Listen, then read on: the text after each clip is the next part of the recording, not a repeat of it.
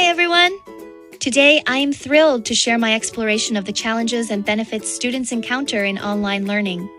This topic is not just a theoretical discussion, it's a reflection of our evolving educational landscape and our personal learning journeys. Let's start with the rationale behind this study.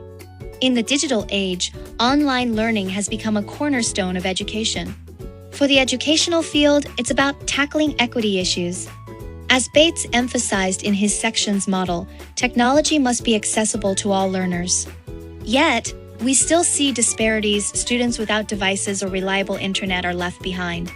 For instance, in many low-income communities, students may have to share a single device among family members or rely on spotty public Wi-Fi, which makes it nearly impossible to participate fully in online classes. Additionally, optimizing curriculum design is crucial. Salmon's 5-stage model shows that students need structured guidance to stay engaged. Without proper scaffolding, learners can easily get lost in the vast sea of online resources.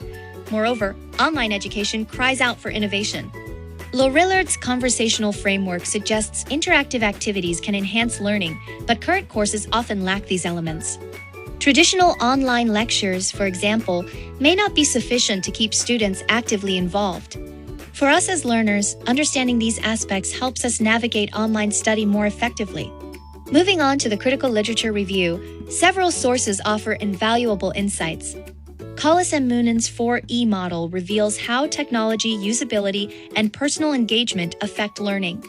If platforms aren't user-friendly, students disengage. Think about a complex learning management system with a cluttered interface. It can be so overwhelming that students might give up before even starting their learning. Bates reminds us that technology selection must prioritize accessibility to avoid widening the digital divide. In some rural areas, the lack of high-speed internet means that students can't stream high-quality educational videos, putting them at a significant disadvantage compared to their urban counterparts. Salmon highlights the role of e-moderators in fostering interaction, which is often lacking in online courses. In large-scale online classes, without dedicated e-moderators, students may feel like they are studying in isolation, with no one to turn to for immediate help or discussion. Empirical studies tell us more. Kim et al. Found that while online learning offers flexibility, it brings communication challenges, especially for MBA students juggling work and study. Imagine an MBA student who has to attend virtual group meetings during their lunch break or late at night after a long day at work. Coordinating schedules and ensuring effective communication in such a scenario can be a real headache. Bailey and Lee showed that instructors recognize students' struggles with self-regulation, but also value the benefits of digital resources. For example, instructors often notice that students who are new to online learning may struggle to manage their time effectively, but at the same time, they see how tools like online libraries and digital textbooks can provide students with access to a wealth of information that was previously out of reach. My personal experiences have brought these theories to life. When using Zoom for live classes, I struggled with slow pacing and unclear structures. Moore's transactional distance theory explained my experience perfectly. The lack of structure increased the distance between me and the knowledge. There were times when the instructor would jump from one topic to another without a clear transition, and I found myself constantly trying to catch up. However, switching to the Canvas platform transformed my learning. Its modular design and reflective discussions provided clarity and connection, shortening that distance. I could easily navigate through different modules, each building on the previous one, and the discussion forums allowed me to interact with my peers and instructors in a more meaningful way. In a TLO course, applying the Universal Design for Learning (UDL) principles empowered me. Features like Zoom's live captioning and Canvas's self-paced modules catered to my needs. As someone with a bit of a hearing impairment, the live captioning was a game changer, enabling me to follow the lectures without missing a word. The self-paced modules, on the other hand, allowed me to review difficult concepts at my own speed. Yet, challenges persisted.